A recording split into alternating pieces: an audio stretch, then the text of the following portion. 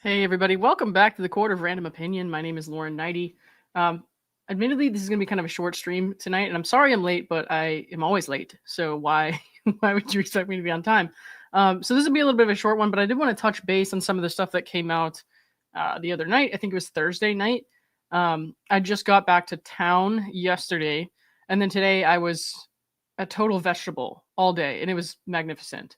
So I had to wait until a little bit later to get to these, but I've been kind of in and out of town for the last month and a half or so, and then I'm actually going to be out in LA Tuesday to Friday this week, and then in Phoenix Friday, like the rest of Friday until next Monday. So I got a little bit more of a rocky schedule ahead, but after that I'll be back home and I'll be a little bit quicker on some of this stuff. I always like to try to get to everything as fast as I can, but unfortunately, with all the traveling I've been doing, it just hasn't been possible. So I did want to go over this with you guys tonight. So one of the reasons I wanted to take a look at this was this whole 50,000 hours of footage for Discovery thing, which is absurd and obviously not correct. But that is what they wrote in this letter that we're going to go over tonight. So I talked to someone actually just a few minutes ago who works in film and who knows a lot about how this stuff works, and who kind of explained for me why this is absolutely impractical beyond just like common sense. And so I'll read for you what she wrote to me, and hopefully that'll clear some things up. I've heard, different opinions about this, about how many hours there should be. And so obviously you're going to hear lots of different things, but this is just from somebody who works, I guess, in the industry and understands how this stuff kind of goes. So that'll be good. I have a question. Why does Blake need all the footage? Shouldn't she already have it from her cut of the stupidity? No, I mean, I don't think she personally doesn't have it. No, she worked on it. I don't think she personally got to keep it. Hey, Schnitzel Ninja, what's going on? Let's see. I see lots of people talking about what happened in Texas. That is very sad. Yeah, it's very sad. So, all right. Anyways, let me pull this up real quick. Try this one. Yeah. So in addition to, I will send my film edits of you. Those cannot go on the internet. No, don't do that. So I'm going to read through all this, but in addition to the 50,000 thing, they're also talking about depositions and all that. So we'll see what they're saying, but they are asking for the schedule to be changed. I know there was a whole lot of back and forth about that earlier on when Brian Friedman wanted the schedule changed, and they wanted more time to amend their complaint, actually. But then they decided not to do that because the judge said no to an extension. So they did not do that voluntarily, and the rest is history. So I know a lot of people have seen this and thought, well, he wouldn't do it when they asked for it. Why would they do it? Why would he do it when you're asking for it? And we're going to get into that a little bit. So I can send you funny animal shorts. I mean, shorts to wear or like shorts, video shorts? Yes to either. So. All right. Blake and Stephanie Jones filed this together. So they're moving to amend the case management plan and scheduling order to extend the close of fact discovery by 6 weeks, which would run concurrently with expert discovery, and to set interim deadlines to facilitate completion of fact discovery.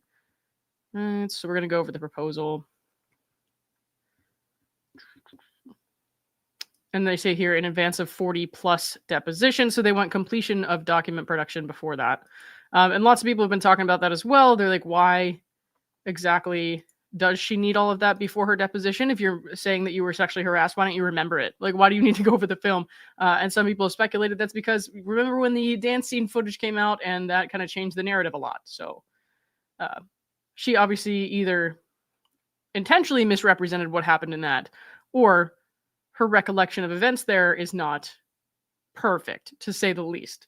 So there's lots of speculation about that at the moment, but it is, I understand it's a little frustrating because it's like, why should she get to do that? All right.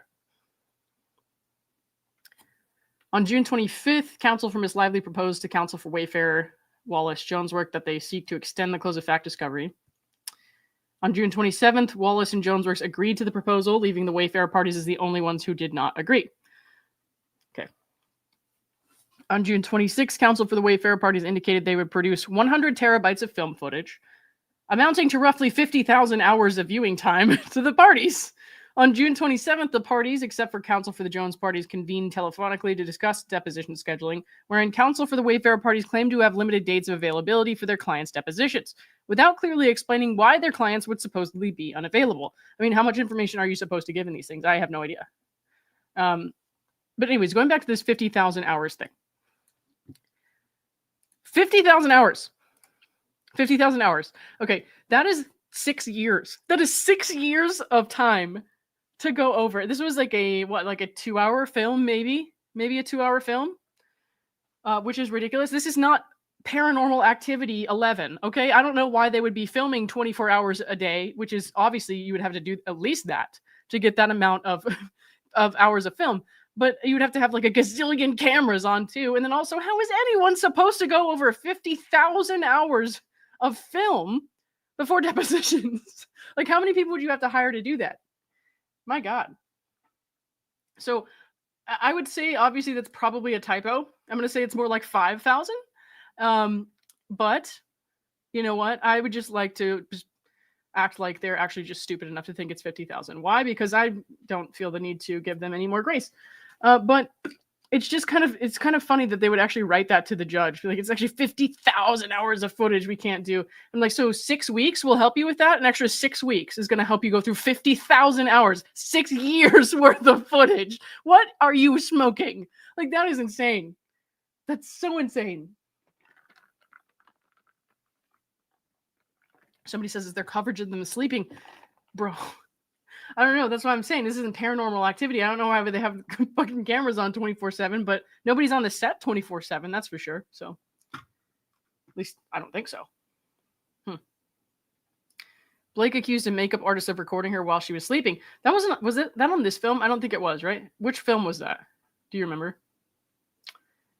But yeah, it's pretty crazy. So, anyways, I'm gonna pull up what my friend said about this and read it to you, because she's going to put it into terms that make a lot more sense than I could. Let's see. So she says the average film shoot is 20 days. If they worked union 12-hour days and shot 120 full days, that would only be 1,440. Okay. And 3 cameras at about 1,500 hours would be 4,500 hours. Even if they had 3 cameras plus security footage, it is impossible to have that much. That's how you explain it to a non-film person, because I needed that help. So, like, again, that's where I'm kind of getting at. It's probably 5,000, right? Not 50,000. Let's see. The average film shoot uses 1 camera. This person has used 2 on their film, like, most of the time. And then she said even Spielberg uses 3 max. So even if they had like 5 fucking cameras, you're not getting 50,000 hours plus security footage. You're not getting 50,000 hours. That's insane. That's insane. It doesn't make any sense. Okay. All right. So hopefully that kind of spells it out a little bit easier, because I was kind of like, well, what is this normally like? Because I've heard 10 hours. I've heard as low as like 10 hours. And as high as like 15. So I don't know, but it looks like it was probably around like 5,000. So, all right. And that's even if they were, well, that's not if they were doing 24 hours a day, I guess. Hang on. The better question is, why does she need the footage before the depositions? Yeah. That's the overarching concern here. But unfortunately, she may get what she wants. So we'll see. But we'll get into this a little bit more. Okay. On June 30th, the Wayfarer parties confirmed in writing that they could only offer 1 or 2 specific dates for each of their individual clients, and this is for depositions. On June 30th, Wayfarer began to produce the film footage, which Miss Lively had been requesting be produced for weeks. Yes, but you went through that with the judge. You went through that with the judge, and the judge said that they did not have to do that. So why are you bitching about it again? On the evening of July 1st, the Lively, Jones, and Wayfarer parties made productions in connection with the case's planned deadline for substantial completion. The Wayfarer parties' productions, produced just before midnight, appeared deficient. Okay. For example, in the Lively v. Wayfarer Studios case, Ms. Abel produced only 229 documents, and Ms. Nathan and Tag each produced the exact same 81 documents. Well, Ms. Nathan and Tag are pretty much the same thing, but okay. And in the Jones versus Abel case, Ms. Abel produced 119 documents, Mr. Baldoni produced 98 documents, and Ms. Nathan produced 144 documents. More importantly, Ms. Abel, Ms. Nathan, and Tag failed to produce reams of responsive communications that they are known to possess, including many texts produced in response to the Van Zandt subpoena. Many texts produced in response to the Van Zandt subpoena? I mean, do you want to talk about the Van Zandt subpoena? We can talk about the Van Zandt subpoena. I don't think you really want to open that fucking can of worms, though. Which, by the way, is something the judge will still have to rule on, because they've done their little back and forth about that now. So, all right. Further, Mr. Sarowitz appears to have produced only 3 pages of documents in total, while Wayfarer, It Ends With Us, LLC, Heath, and Baldoni collectively produced at least 170,000 pages of documents in the Lively action. Well, how much is there actually for Sarowitz to produce? Let's think about it. He's like accused of saying one thing. I don't really know how much that would require, document-wise. The rest of it would come from the studio and the film, no? I don't know. I don't know how this stuff works. So, on July 2nd, the Wayfarer parties confirmed substantial completion and that not all, for Jones Works any, film footage had been delivered. Oh, on July 2nd. Okay, but that's not true, though, because they're saying down here there was like 8 drives or something. We'll get to that. So that's a little confusing. Unless it happened the next day, but sure. Whatever. Okay. As a result, while the Jones parties are willing to confer on a mutually acceptable schedule and deposition protocol, they have not yet agreed to or been involved in any deposition scheduling or protocol. On July 3rd, in light of the volume of the party discovery, potential deficiencies in satisfaction of the substantial completion deadline, and the fact that not all parties had received productions by the deadline, Ms. Lively proposed further modifications to the case plan as follows. Extend the close of fact discovery from August 14th to September 30th.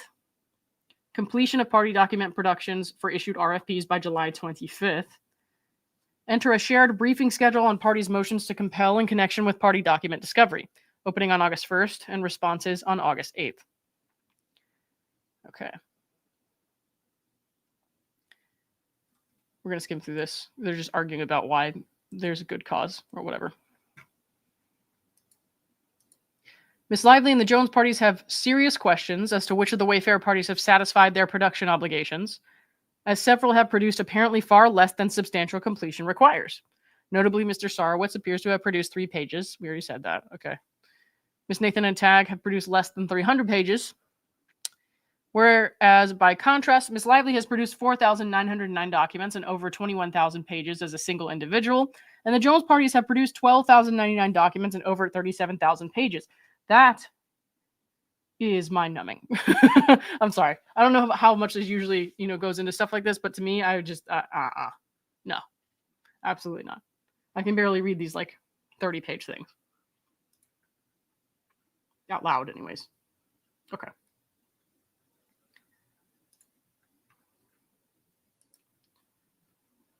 Okay. Aside from substantial completion, the aforementioned 170,000 pages in footage, which will take days to access and process into a reviewable format and a number of weeks to review.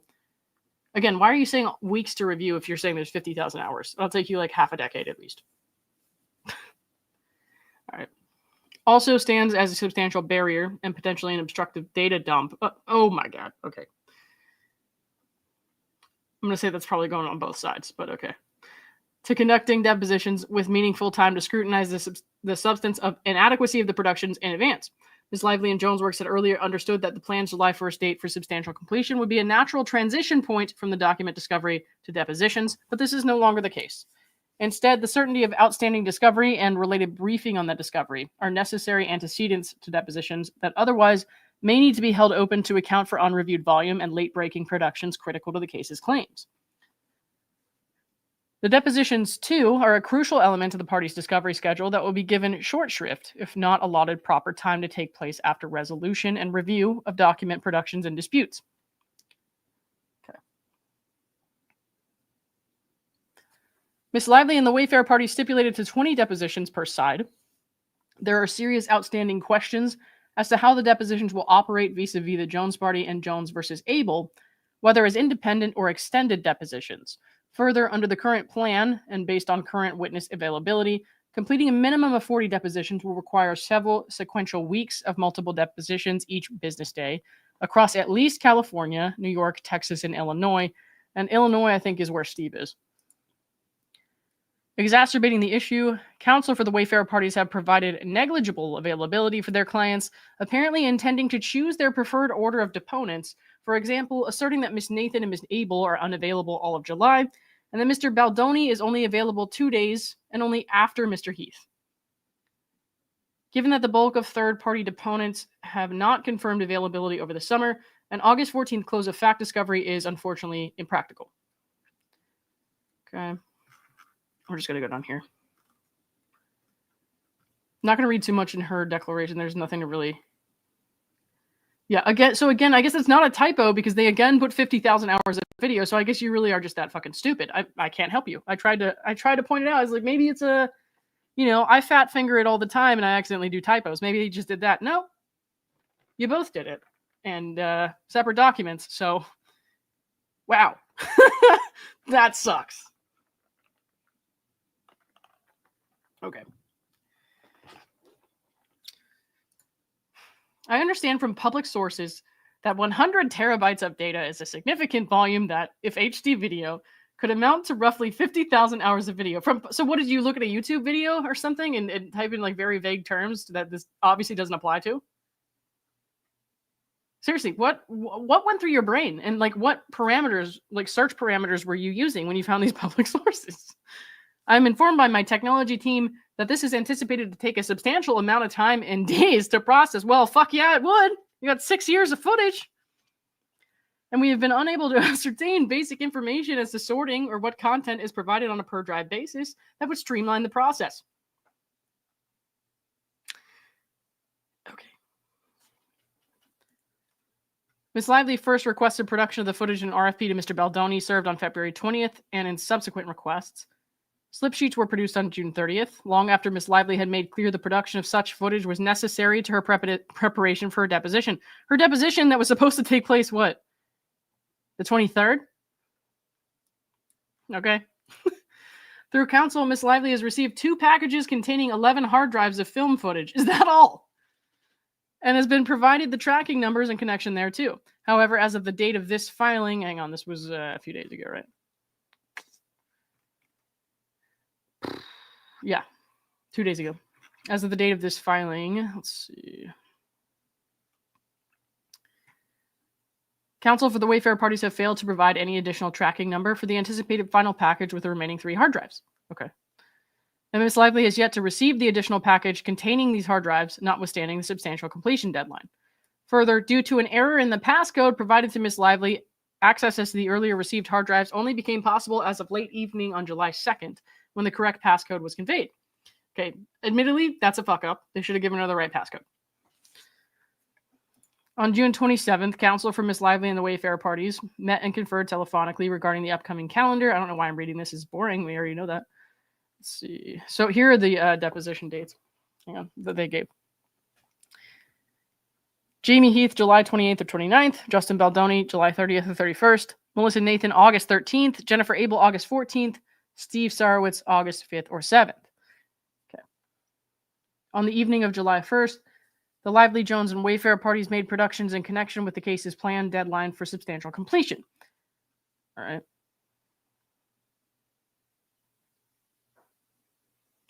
What's the problem? Oh, they're comparing how much they've produced. Okay. We already kind of went over that before, so I'm not going to fuck with that too much.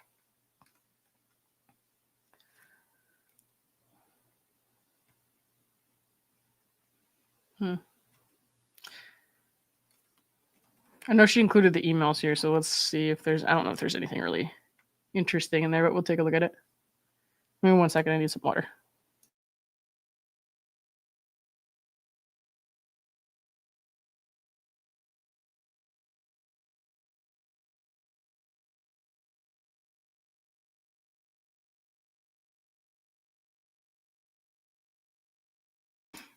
All right. Look how fucking sunburnt my face still is. I just noticed that. Oh my god. I was on the beach all last week. All right. I'm obviously not going to read through all of these. I don't know if there's anything that I want to really get into that they didn't already cover above. 20 depositions for each side. Okay. Under this reciprocal approach, Lively, Reynolds, Vision PR, and Sloan would have 20 collectively. Wayfarer, Baldoni, Heath, it ends with us. Nathan, Tag, Wallace, and Street would have 20 collectively. Okay.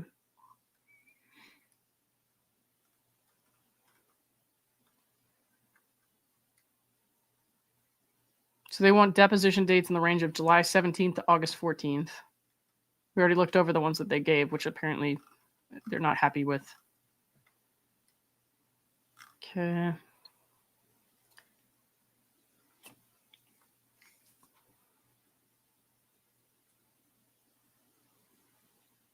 Yeah, I don't think there's going to be anything too crazy in here.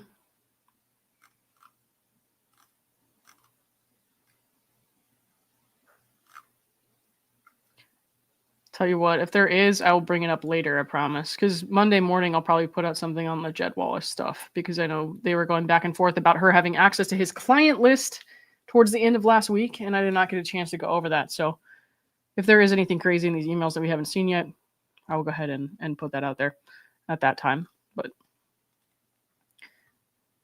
tomorrow night, I should have the video up of a lot of you sent in. I had asked you guys to send in something for Justin. I don't want to give it away still, so I'm not saying what it is, but if you haven't yet and you want to, you can find me here. Hang on, I'm gonna pull it out for you.